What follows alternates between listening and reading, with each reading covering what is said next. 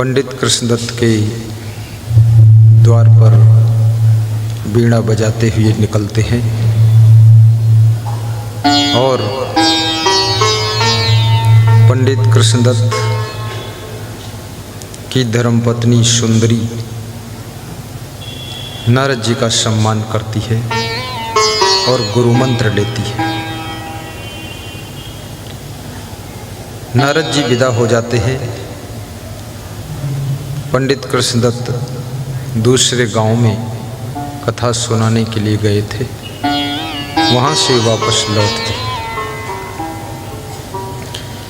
अपनी धर्मपत्नी के गले में कंठी माला देख करके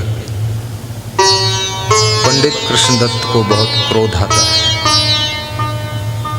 ऐसे पंडित कृष्णदत्त बहुत दानी थे, भंडारा भी करते थे, यज्ञ हवन करते थे, गायों का दान करते थे, एक अच्छे इंसान थे, स्वयं भी कथा सुनाते थे, लेकिन निगुरा थे और गुरुमंत्र लेने की इच्छा भी नहीं थी।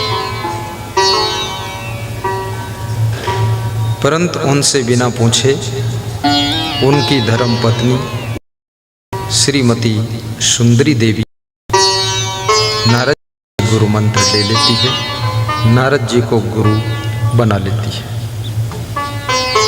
पति की इच्छा रहती है पत्नी हर कार्य हमसे पूछ कर करे,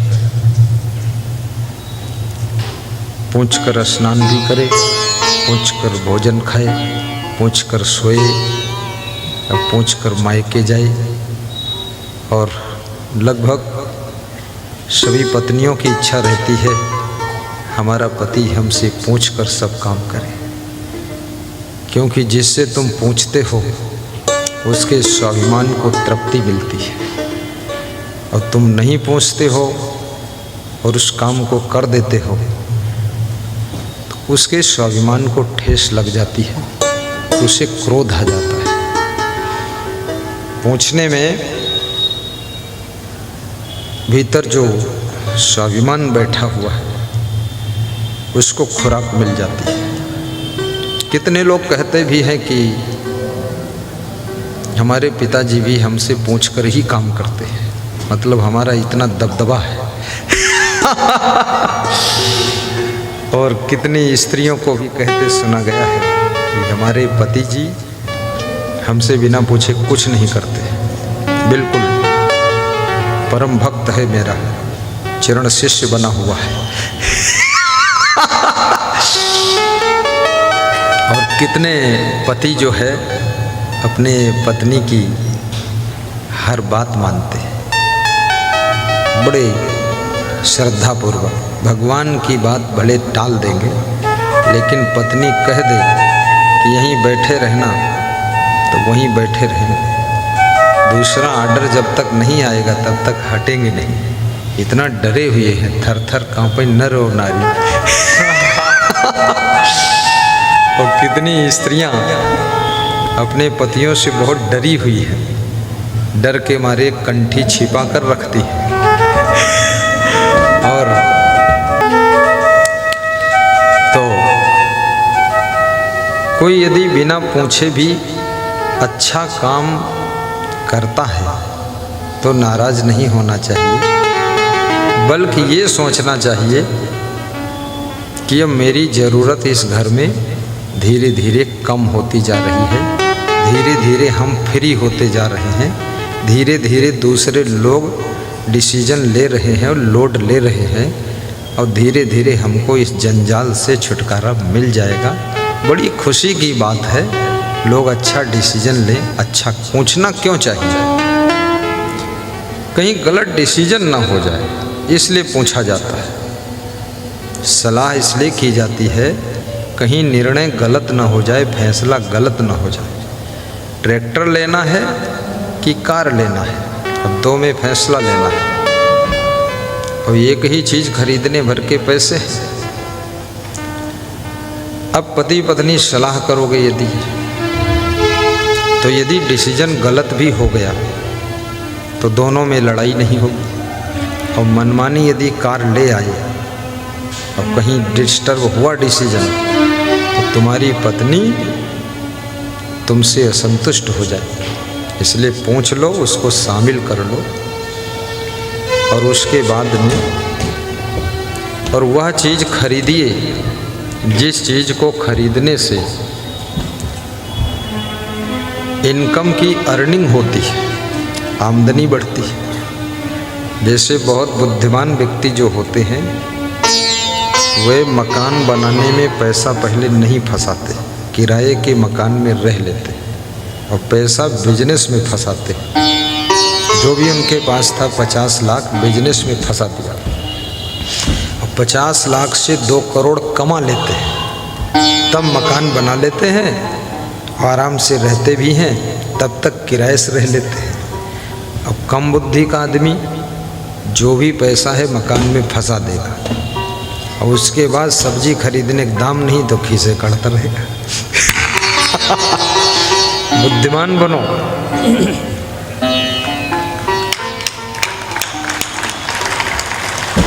आदमी को कोई गरीब नहीं बनाता। हाँ? लोग कहते हैं उन्होंने हमारा शोषण कर लिया। शोषण वोषण कोई नहीं करता। जब तुमको ये पता है कि वे हमारा शोषण करते हैं तो तुम करवाते क्यों हो बताओ। जब आपको मालूम है कि ये हमारा शोषण कर रहे हैं और तुम जानते भी हो और फिर भी करवा चुके हो और करवा रहे हो और चिल्ला भी रहे हो शोषण हो रहा है, क्यों हो रहा है? तुम्हारे बुद्धि नहीं है, विवेक नहीं, इसलिए हो रहा है। शोषण पोषण कुछ नहीं है। देश के अंदर जो व्यक्ति जितना उन्नति करना चाहे कर सकता है, लेकिन उसके पास में 2 चीज़ें चाहिए, बुद्धि और शुद्धि। कुशाग्र बुद्धि चाहिए और आचार विचार की शुद्धि चाहिए। शुद्धि के बिना बुद्धि भी फेल है। आचरण भी शुद्धि हो, आचरण में, खान पान में शुद्धि। जैसे किंगफिशर हवाई जहाज़ के मालिक विजय माल्या, कभी वो भी गरीब थे लेकिन उन्नति किया, बुद्धि थी। हवाई जहाज़ उनके पास आ गए 50-60। तुम्हारे पास 50 साइकिलें नहीं, उनके पास 50-60 हवाई जहाज़ थे। और भी ज़्यादा होंगे, हम तो आइडियाज़ बता रहे हैं, कोई पूछा नहीं है। लेकिन बुद्धि थी। बुद्धि से धन आता है और शुद्धि से धन टिकता है। बुद्धि से उन्नत शुरू होती है और शुद्धि से निरंतर उन्नत होती रहती है। तो उनके आचरण में शुद्धि नहीं थी, आहार विहार में शुद्धि नहीं थी, कैरेक्टरलेस थे, बहुत बड़े मतलब मस्ती वाले आदमी थे। इशारे में समझ लो, फोहड़ बात कहने से क्या फायदा। इतना उनका नुकसान हुआ है कि सब हवाई जहाज बिक गए, पूरी कंपनी किंगफिशर की बिक गई। स्वयं देश छोड़कर विदेश में भागकर पड़े हैं, यहाँ आ जाएं तो गिरफ्तार हो जाएंगे और जेल में पड़े रहेंगे।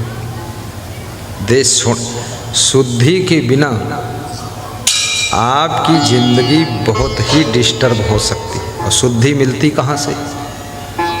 मन की शुद्धि, बुद्धि की शुद्धि, आचरण की शुद्धि, कर्मों की शुद्धि, वाणी की शुद्धि, स्वभाव की शुद्धि, विचारों की शुद्धि, आहार विहार की शुद्धि। ये सब सत्संग के द्वारा जब विवेक जागृत होता है तब आपके जीवन में शुद्धिकरण का प्रारंभ हो जाता है। विवेक जागृत हो, क्योंकि मनुष्य के मन में बहुत मैल इकट्ठा होता है, थोड़ा मैल नहीं है। काम, क्रोध, लोभ, मोह, ईर्ष्या, द्वेष, अहंकार, झरसुआपना।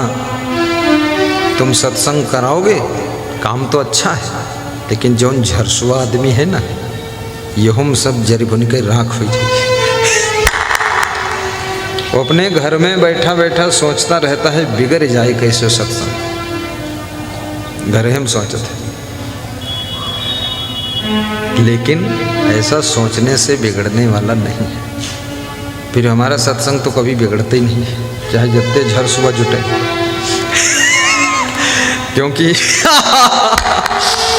क्योंकि सत्संग हमें करना है, हम झरसुआ फरसुआ से प्रभावित नहीं होते। नहीं, चाहे कोई गाली बके, हमको तो खैर कोई बकता ही नहीं है। अब कोई यहाँ डिस्टर्ब करने आए तो उसके लिए हम हनुमान जी साथ में रखते, पुलिस जवान। तो जिस लायक है थप्पड़ चाहिए तो थप्पड़ मिल जाता है, 2-4 लात चाहिए तो लात मिल जाती है, और हवा लात चाहिए तो हवा लात मिल जाती है। रखते हैं हनुमान जी, उधर बैठे 4-5 हनुमान इधर बैठे। हनुमान जी भगवान रखते थे। भगवान भी हमारा देखे कितनी बड़ी सेना तैयार किया था। भगवान ने दिखा दिया कि हे भक्तों मेरी भक्ति करना, लेकिन सिक्योरिटी जरा बनाए रहे। भगवान ने बता दिया। तो जो क्रोधी है वो दिन भर में कोई न कोई क्रोध करने का कारण ढूंढ लेगा। उसकी पत्नी कितना सावधानी से भोजन बनाए, कितना सावधानी से परोसे, कुछ नहीं कारण पाएगा तो कहेगा बहुत ठंड पानी का है दे दो पिए बद के तुम। क्रोधी है वो। 24 घंटे में जब तक 2-4 बार कोई के गरियाई न ली, क्रोध न कर दी, तो कौन मिलेगा? अपनी पत्नी गरियावत है। अब कितनी स्त्रियां भी ऐसी क्रोधी हैं जो अपने पति गरियावती हैं। अब ठीक है, दोनों जने मिलकर निपट लेते हैं। ये क्रोध भी आपके मन का मैल है। किसी के बहकावे में आ जाना, ये भी मन का मैल है। भ्रमित हो गए तुरंत, बहकावे में भी नहीं आना चाहिए। किसी के गलत आकर्षण में भी नहीं आना चाहिए। गलत आकर्षण में अगर आप फंस गए तो तुम्हारी इतनी दुर्दशा होगी। और ये कंट्रोल केवल सत्संग करता है, और इसको कंट्रोल करने वाला ही सत्संग हम सुनाते हैं, शुद्धि प्रदान करते हैं। हम बुद्धि नहीं देते किसी को, क्योंकि बुद्धि जन्मजात होती है। बुद्धि यहाँ किसी के देने से या कोई इंजेक्शन लगाने से या कैप्सूल खाने से बुद्धि नहीं आएगी। क्योंकि आज जो हमारे प्रधानमंत्री हैं वे सबसे गरीब घर में पैदा हुए। कैप्सूल खाना तो अलग है, भात खाए कि नहीं मिले रहे शुद्ध साई। बता रहे थे हम बहुत मांग के खाए हैं, बता रहे थे हम बहुत दिन मांग कर भी खाए, ये दशा हुई। लेकिन रोखा सूखा खा करके भी वो बहुत बुद्धिमान व्यक्ति है, होशियार है, चतुर है। मीटिंग होती है तो बोलता नहीं, चुपचाप सुनता रहता सबके बयान, और थोड़ा बोल देता हाँ ठीक है चलो, क्योंकि वो जानता है जो मुझे ज्ञान है वो बोलूँगा तो सबको हो जाएगा, और जो सबको है उसको सुन लिया तो हमको हो गया। बहुत चतुर आदमी है। अब वो सबका ज्ञान ले करके महाज्ञानी बन जाता है। तो ये जीवन में बुद्धिमान होना ही सार्थकता नहीं है। बुद्धिमान होने के साथ साथ विवेकवान होना चाहिए। आपका विवेक भी जागृत होना चाहिए। यदि विवेक नहीं जागृत होता है तो इतना जरूर समझ लीजिए कि आप भटक जाएंगे, कहीं लोभ में भटक जाओगे।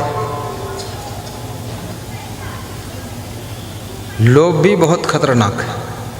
लोभ तुम्हारी छवि को बिगाड़ देता है। लोभ कलह कलेश पैदा कर देता है। सासू बहू में लोभ टकराव पैदा कर देता है, और लोभ भाई भाई में मनमुटाव पैदा कर देता है। पिता पुत्र में तनाव पैदा कर देता है, और ससुर दामाद में युद्ध करा देता है। दुर्योधन को क्या था? लोभ ही तो था, कुछ कमी थोड़े थी ना, लोभ था, संतोष नहीं था, विवेक नहीं था।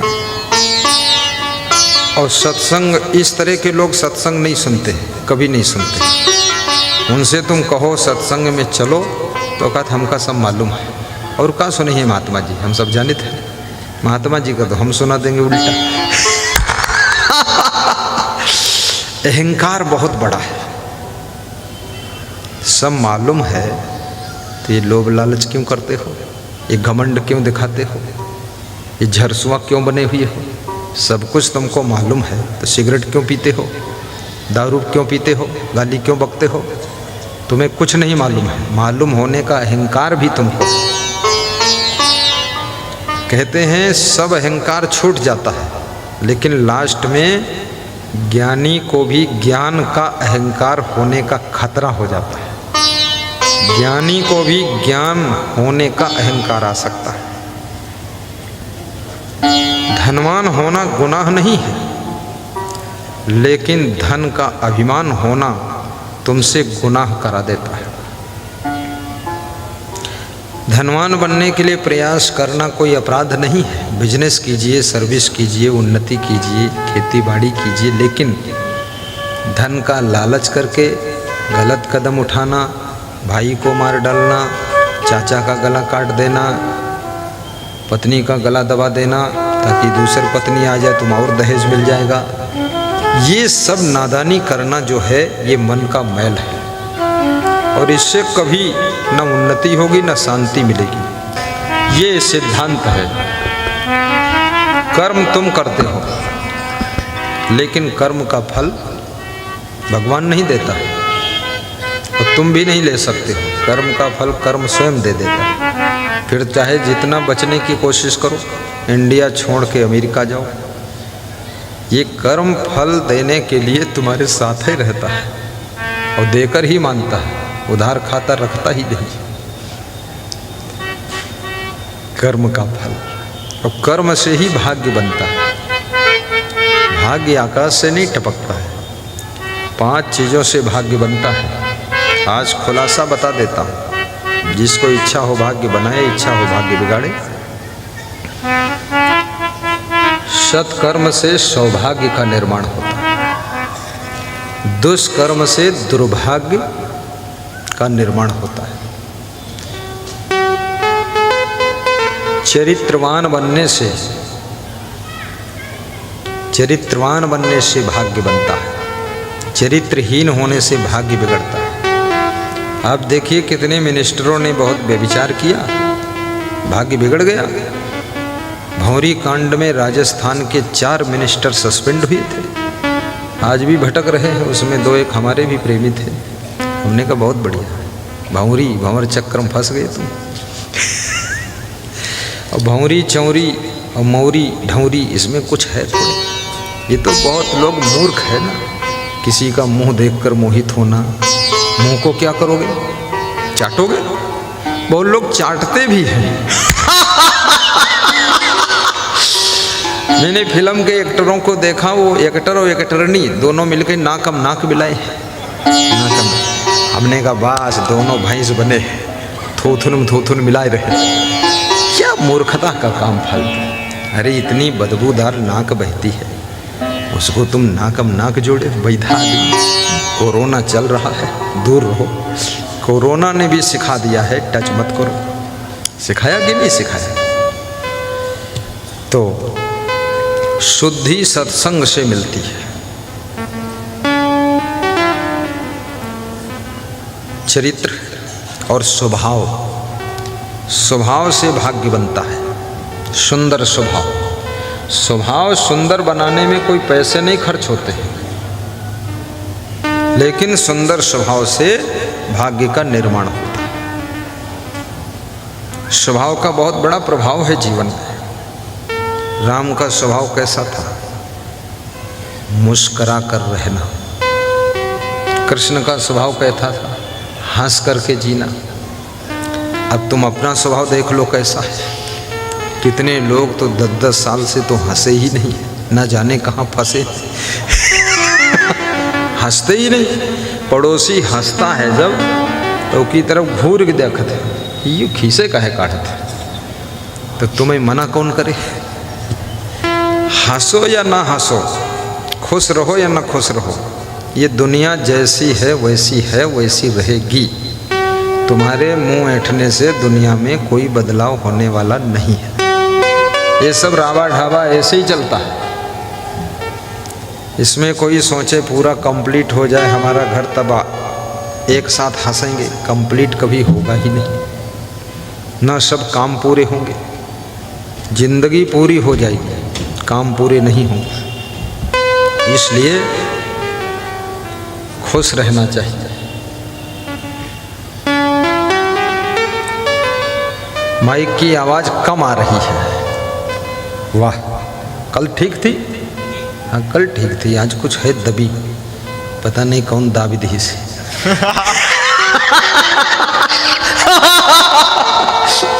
रमेश बाजपेयी खूब खुश हैं, गुरुजी मजा करते। कल ठीक रहे, वास्तव आज को दब गए। दब जाए देखो कोई बात नहीं, थोड़ा हम ताकत ज्यादा लगा देंगे। पानी पृथ्वी पर पड़ते ही मैली कीचड़ बन जाता है, मैली कीचड़ बन जाता है। जिस तरह सच्चिदानंद जीव माया में आई भुलाता है, जिस तरह सच्चिदानंद जीव माया में आई भुलाता है। अब ठीक है भाई, हम ही दबाए रहा, कोई और नहीं दबाई से, हम धीरे बोल रहे थे। सभी भक्तों को व्यास गादी धन्यवाद देती है।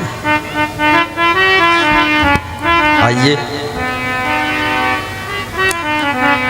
तेहि क्षण मिलई ताशुपतिया,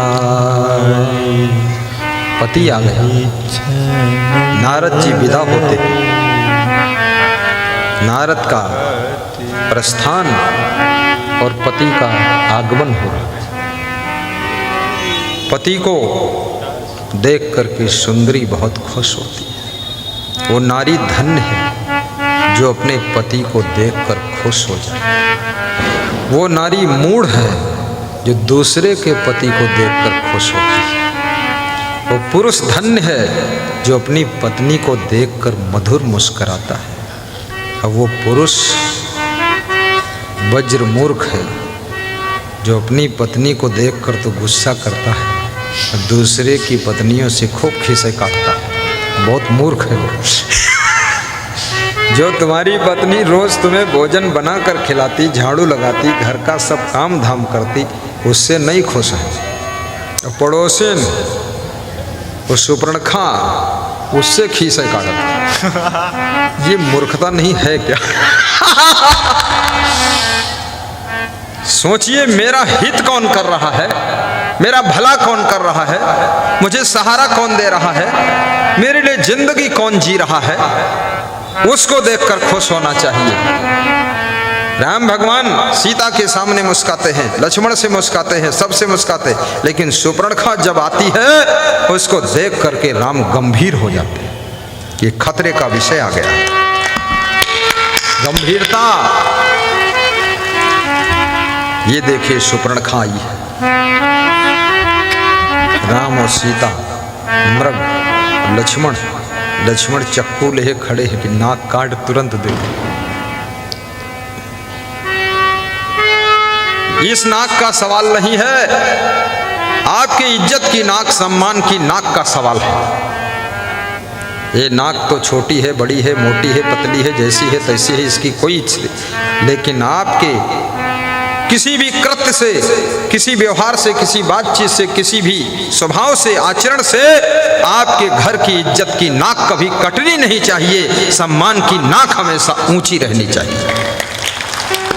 बोलिए सद्गुरुदेव की जय। तेहि क्षण मिलई तासुपतिया,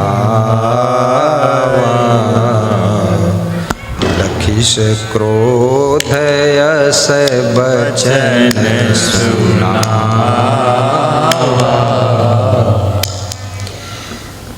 पंडित कृष्णदत्त घर में प्रवेश करते हैं और जब देखते हैं पत्नी के गले में कंठी माला, बहुत क्रोध आता है। लेकिन ये क्रोध उचित नहीं है।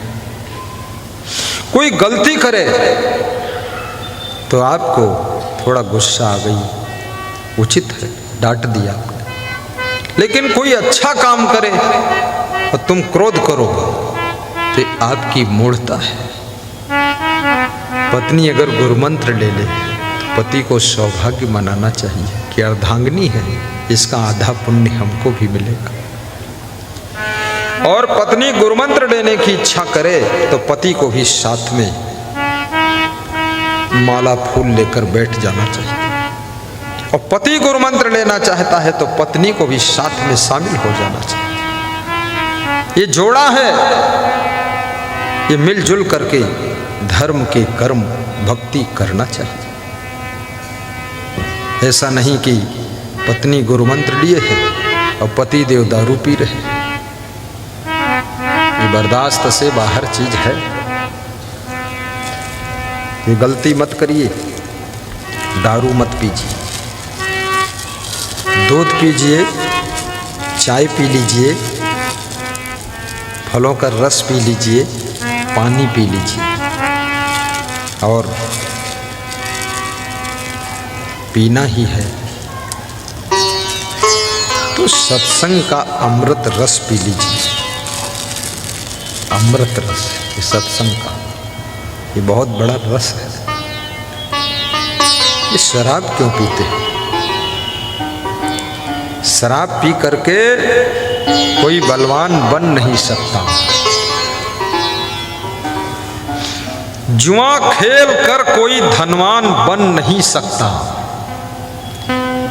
शराब पीकर कोई बलवान बन नहीं सकता और जुआ खेल कर कोई धनवान बन नहीं सकता। अटल सत्य नियम है संसार का, बिना गुरु कृपा के कोई महान बन नहीं सकता, महान बन नहीं सकता। बोलिए सद्गुरुदेव की जय।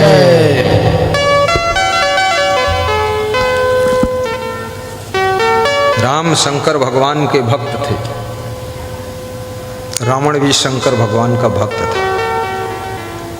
लोग प्रश्न पूछते हैं फिर रावण हारा क्यों, राम जीते क्यों? तो राम ने कहा है हम दोनों शिव को मानते थे। रावण भी समय समय पर शिव का जप करता था, ऐसी आंखें बंद करके बैठता था, ओम नमः शिवाय, ओम नमः शिवाय। रावण, भगवान राम भी शंकर जी को मानते थे। जब लंका पर चढ़ाई करना था, सेतु बंद बनाना था, तो रामेश्वरम नाथ की स्थापना किया है। शंकर भगवान शिवलिंग की स्थापना करके पूजा करके तब सेतुबंध का निर्माण शुरू हुआ। फिर लंका में प्रवेश हुए। अब उधर भी शिव पूजा चल रही, लंका में रावण कर रहा है और राम इधर, दोनों एक ही भगवान। राम बहुत बुद्धिमान थे। राम ने सोचा शिव को रावण मानता है, उन्हीं पूजा कर रहा, जप कर रहा, तो मैं उन्हीं की स्थापना करूंगा ताकि शिव जी बीच में सिलेंडर हो जाए, फिर हम निपट लेंगे इनसे। शिव जी कहीं शिव गणों को भेज देंगे तो बहुत लंबा उत्पात हो जाएगा, फिर भगवान हम ठन जाएगी, गड़बड़ हो जाएगा। परशुराम भगवान ने बहुत क्रोध करके बोला था, किसने धनुष तोड़ा उसको निकाल कर बाहर करो, उसको मारूंगा। लेकिन राम भगवान समझ गए थे, अरे तू भी भगवान है, मैं भी भगवान हूँ, भगवान भगवान कहीं लड़ते हैं। राम भगवान नम्र हो गए, बोले नाथ शंभु धनु भंजन हारा, होई है कोई एक दास तुम्हारा। हे परशुराम, हे नाथ, शिव का धनुष भंजन करने वाला आपका कोई दास होगा। राम ने ये नहीं कहा मैंने तोड़ा है क्या कर लोगा। अगर ये कह देते तो परशुराम जोशीले थे, क्रोधी थे, वो लपटा लपटी कर देते, तुरंत, मतलब समझदारी कम थी थोड़ा, लेकिन भगवान थे, ठीक है। क्योंकि परशुराम ने गणेश भगवान से पटकी पुटका बहुत किया था, गणेश जी का दांत टूट गया था और गणेश ने भी मारा तो लुढ़क के गिर गए बुढ़ापे में। अब कहाँ तक तुम जवान बने रहोगे, लेकिन वो गिर जाए चाहे हड्डी टूट जाए पर बर्दाश्त नहीं होता। इसलिए परशुराम के इतने मंदिर नहीं मिलेंगे, उनकी पूजा नहीं होती, क्योंकि क्रोध का उनमें अवगुण था। और एक गुण बहुत बड़ा था परशुराम भगवान में कि वो ब्रह्मचारी थे, बाल ब्रह्मचारी, अति क्रोधी, विश्व विदित क्षत्रिय कुलद्रोही, बहुत क्रोधी थे। परिचय देते थे, बता देते थे मैं बाल ब्रह्मचारी हूँ लेकिन बहुत क्रोधी हूँ, संभल कर बात करना, नहीं तुरंत झापड़ मार दूंगा तुम्हें। पहले से एडवांस बता देते, जैसे एडवांस आदमी बता दे कि मैं घमंडी हूँ, तो लोग सब सावधान हो जाएंगे, और ना बताए और कहीं उसके घमंड को चोट लग जाए तो सबको पीट पाट दे, क्या फायदा है। परशुराम परिचय दे देते, लेकिन राम ने अपनी नम्रता से परशुराम को भी विनम्र बना दिया। लास्ट में परशुराम राम से क्षमा मांग रहे हैं। अनुचित वचन कहेऊं क्षमा क्षमा मंदिर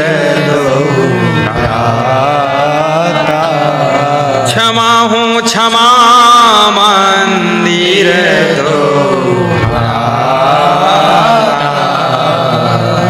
अनुचित वचन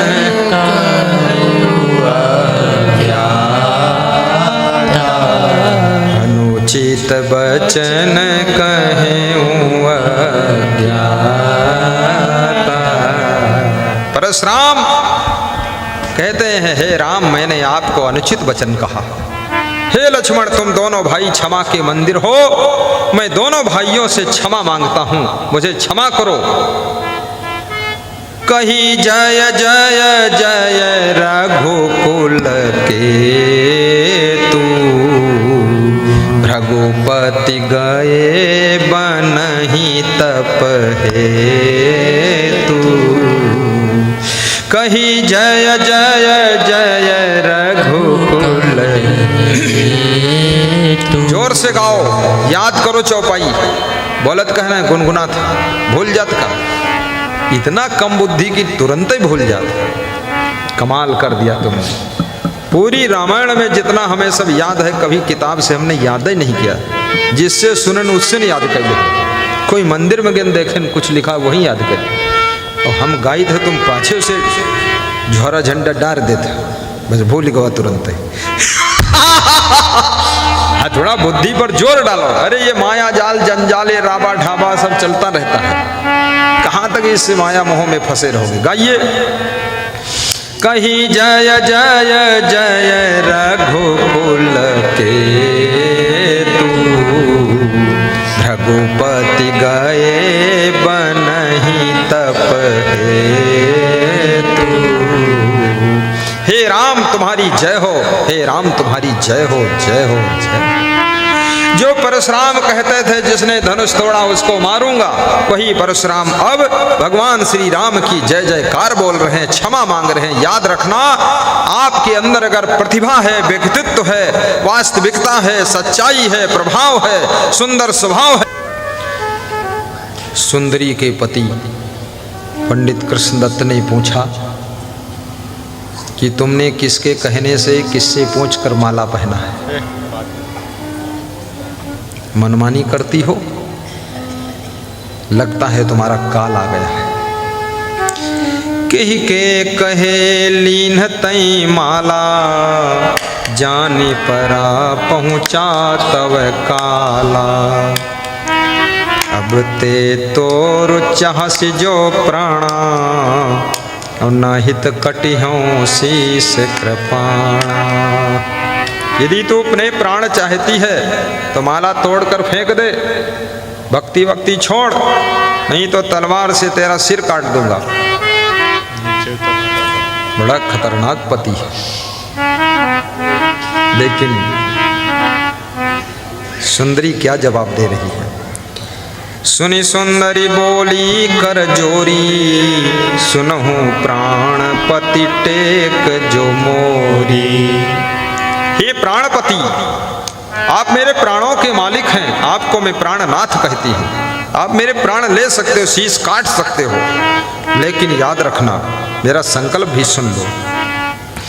सुनि सुंदरी बोली कर जोरी, सुनहु प्राण पति टेक जो मोरी। चहु तनु टोक टोक करी डारो, भावई अनल माही यही जारो।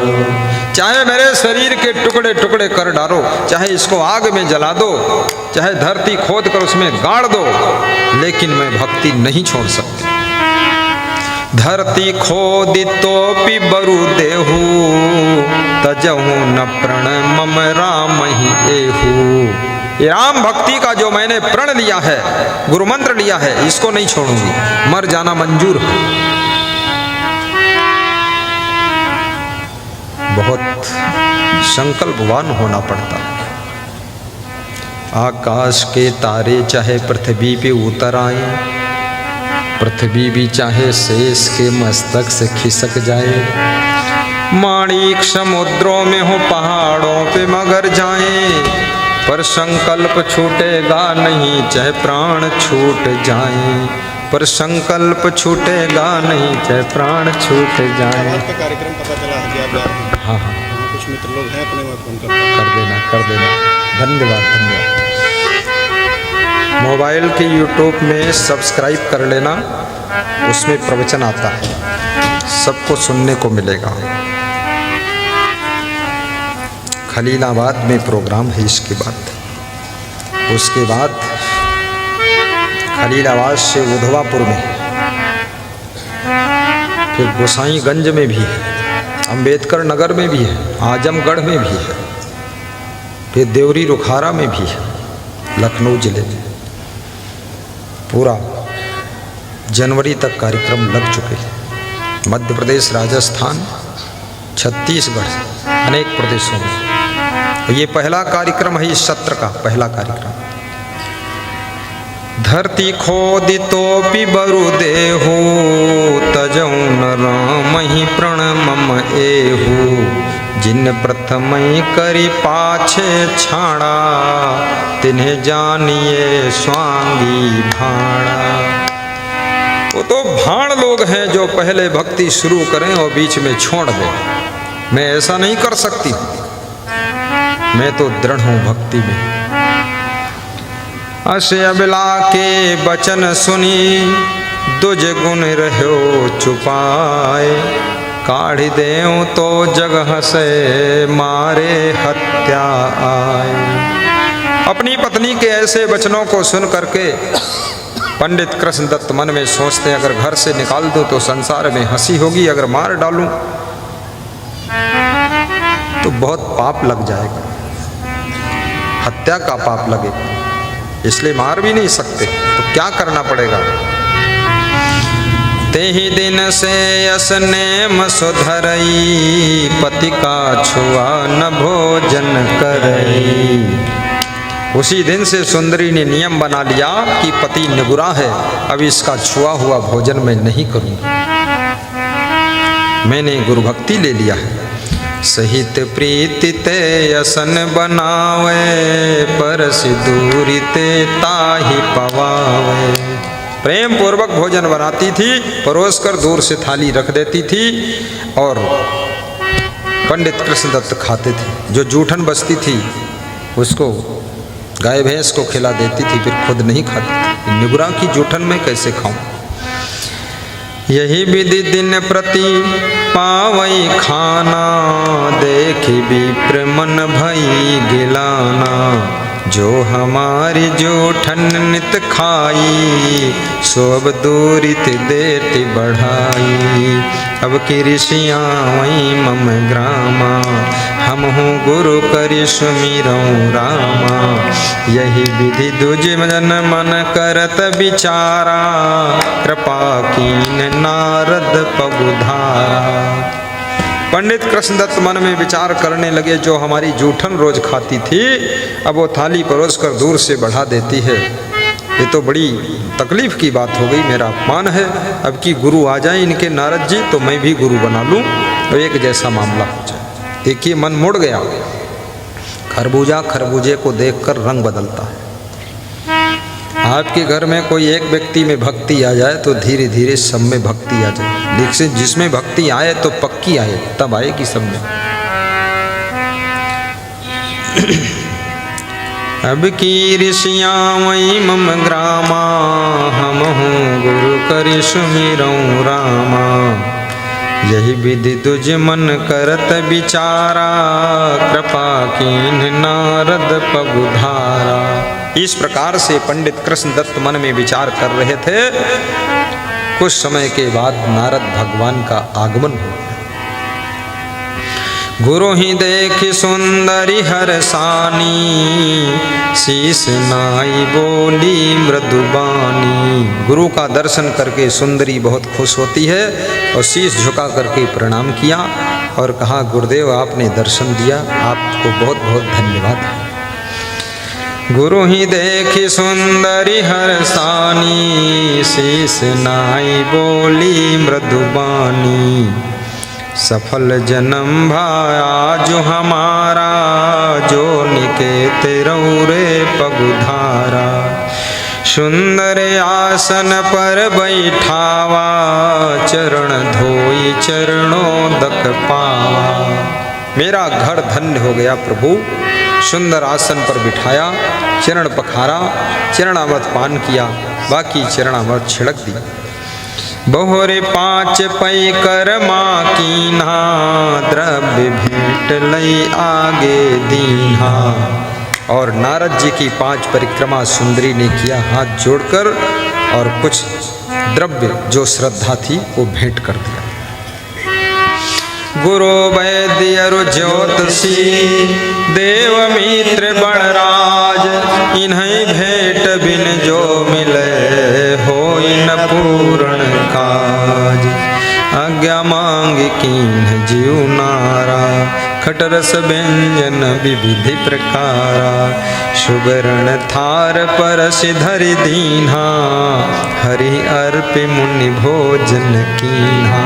सोने की थाल में भोजन परोस कर रख दिया, हरि का भोग लगा करके नारद जी प्रसाद ग्रहण कर रहे। देखिए उस समय कितने लोग धनवान होते थे, सोने की थाल थी। आजकल लोगों के यहाँ तो लोहे की थाल स्टील की मिलती है। ये श्रद्धा। सुवर्ण थार परस धरि दीन्हा, हरि अर्पि मुनि भोजन कीन्हा। अचमन करि आसन जब आए, दुज सुंदरी ते बचन सुनाए। भोजन करके, अचमन करके, हाथ मुंह धोकर कुल्ला करके जब नारद जी अपने आसन पर बैठे तो पति कृष्णदत्त ने अपनी पत्नी से कहा कि सुनो, हम भी गुरु मंत्र लेना चाहते हैं। तो सुंदरी बहुत खुश हुई कि वाह, हमारे पति जी का भी मन बदल गया, बहुत अच्छी बात है, ले लो गुरु मंत्र। बोले, आपके गुरु से मेरा परिचय नहीं है तो आप मेरी तरफ से कह दो, सिफारिश लगा दो। मैं कैसे बोलूं, मैं तो उनको कभी प्रेम ही नहीं किया। तो सुंदरी ने क्या कहा, गुरु पंडित कृष्णदत्त क्या बोले, गुरु दीक्षा मोहि देहु देवाई, जाते तव संगति होई जाई। मुझे गुरु दीक्षा दिला दीजिए ताकि तुम्हारी संगत सही हो जाए मेरी। सुंदरी आई कही गुरु पासा, इन्हुन का की जय हरिदासा। सुंदरी ने नारद जी से कहा कि हे नारद जी, ये हमारे पति जी को भी अपना दास बना दीजिए, ये भी गुरु मंत्र लेना चाहते हैं। प्रयास करके गुरु मंत्र दिला दो। आज 5-6 लोगों ने गुरु मंत्र लिया है। एक बाबा ने गुरु मंत्र लिया है, वो ऐसा माला पहना गई, 2 माला लाए। क्या नाम है वो बाबा का? शिवदास सिंह, शिव सिंह, शिव कुमार सिंह। ये देखो खड़े हैं बाबा। क्या नाम बाबा? शिवराज सिंह। और एक और भक्त हुए थे जो आज गुरु मंत्र लिए हैं। यदि हों तो खड़े हों, जरा पता तो चल जाए। ये उन्हीं के पास बैठे, ये भी गुरु मंत्र लिए, उनकी पत्नी भी ली। वो देखो वहाँ, बहुत 10-15 साल से हमको परखा है, तब गुरु बनाया। बहुत कसौटी में पास हो गए तो बन गए, नहीं तो फेल हो जाते, काम खत्म। अच्छा है, बैठो बेटी। गुरु दीक्षा मोहि देव देवाई, ताते तव संगत होई जाई। सुंदरी आई कही गुरु पासा, इन्हुन का की जय हरिदासा। विप्रहु तब बोला कर जोरी, अपूर्व प्रभु अभिलाषा मोरी। पीछे से पंडित कृष्णदत्त ने भी हाथ जोड़कर कहा कि हे प्रभु, हे नारद जी, मेरी अभिलाषा को पूरा करो, मैं गुरु मंत्र लेना चाहता हूँ। कहे नारद दुज जाओ नहाई, तब तुम का हरि नाम सुनाई। हे पंडित कृष्णदत्त जी, जाइए स्नान करके आइए, तब तुमको हम गुरु मंत्र दे, भगवान का मंत्र सुनाए। दीक्षा लिहे सरी मम काजू, ताते बिनय कीन्ह मैयाजू। स्नान करने के लिए बोला है। देखिए क्या घटना घटती है। जब स्नान करने के लिए जा रहे हैं, खुश हो गए, तो क्या हुआ? सुनि मुनि बचन विप्र हरसाना, पुर तट सरी तहाँ चलो नहाना। और नदी थी गांव के पड़ोस में, तो स्नान करने के लिए धोती लेकर चल दिए। तो बड़े खुश थे कि आज हम भी गुरु मंत्र लेंगे। लेकिन रास्ते में एक दूसरा पंडित और मिला। उसने धोती का फेंटा पकड़ा, कहा रुको, बहुत जल्दी कहाँ जा रहे हो तुम? बात क्या है, इतना तेज कभी नहीं चलते थे, बहुत अरबर हो। मग एक पंडित ते भई भेंटा, हर बर चलत कौन बड़ काजा। क्यों आज इतना जल्दी जल्दी जा रहे हो? रोक लिया। पूछा कृष्ण दत्त तुम आजू, हर बर चलत कौन बड़ काजू। कृष्ण दत्त पंडित ते भाखा, गुरु दीक्षा की है अभिलाषा। गुरु दीक्षा की अभिलाषा है। गुरु जी घर बैठे हुए हैं। नारद जी, स्नान करने जा रहा हूँ और फटाफट गुरु मंत्र लूंगा। तब पंडित बोले बचन, कृष्ण दत्त सुन ले हो, यह मृत पक्ष कुमार है, गुरु दीक्षा नहीं ले हो। देखिए बाधा पड़ गई। जिस पंडित ने रोका रास्ते में, उसने कहा ये मृत्यु पक्ष कुमार महीना चल रहा है, ये पितरों का महीना है, इसमें गुरु मंत्र नहीं लेना चाहिए। रुको, बाद को लेना, कुमार को निकल जाने दीजिए। या में पिंड दान भल कीन्हा, दीक्षा मंत्र न चाहिए लीन्हा। ये कुमार महीने में पिंड दान किया जाता है, पितरों को भोजन खिलाया जाता है, इसमें गुरु मंत्र नहीं लेना चाहिए। कार्तिक शुक्ल पक्ष शुभ मासा, तब तुम होय हो हरि के दासा। कार्तिक शुक्ल पक्ष आने दीजिए, तब गुरु मंत्र लेना। सुनत बचन दुज मन भ्रम छावा, तुरत पलटी नारद पहावा। ये बात सुन करके पंडित कृष्णदत्त के मन में भ्रम पैदा हो गया और बिना स्नान किए वापस लौट करके नारद जी के पास में आए और बोले, नारद जी, कहे प्रभु कुंवर जान अब दीजय, कार्तिक शुक्ल पूर्णिमा की जय। हे नारद जी, कुंवर महीना चला जाने दो, कार्तिक में पूर्णिमा के दिन शुक्ल पक्ष में हम गुरु मंत्र लेंगे, अभी नहीं लेंगे। नारद जी भी सोच में पड़ गए, ये मैटर कहाँ से चेंज हुआ। ताकि अवधि न पहुँचन पाई, बीचन दोहन काल लियो खाई। अब कार्तिक महीना आ भी नहीं पाया और बीच में ही पति पत्नी की मृत्यु हो गई। पल पहाड़ की खबर नहीं, धौया में का होय, आगे की आशा करत काल हंसई मुख मोय। एक पलक की खबर नहीं है कि 10 मिनट बाद हम जिंदा रहेंगे कि नहीं रहेंगे, लेकिन आदमी इतना आगे की आशा करता है कि लड़की का ब्याह हो जाए तब गुरु मंत्र लेंगे, बेटक विवाह हो जाए तब गुरु मंत्र लेंगे। कोई बोलता है घर बन जाए तब गुरु मंत्र लेंगे। घर बन जाए, तुम रही हो कि नहीं रही हो यही पता नहीं। ये फालतू बात मत करो। घर बनना अलग चीज़ है। गुरु मंत्र लोगे, गुरु के आशीर्वाद से घर भी जल्दी बनेगा, बेटा बेटी की शादी भी जल्दी हो जाएगी। गुरु मंत्र लीजिए, जो जरूरी काम पहले है। बोलते हम घर में बुला के मंत्र लेंगे, घर में क्या करना, घर थोड़े गुरु मंत्र ली, घर वाले लेंगे तो घर वाले महमूदाबाद में ले लें, वहाँ घर में का काम। सबके घर घर गुरुजी थोड़े जा सकते हैं, इतना टाइम कहाँ। एक पलक की खबर नहीं है आगे जिंदगी रहेगी कि नहीं रहेगी।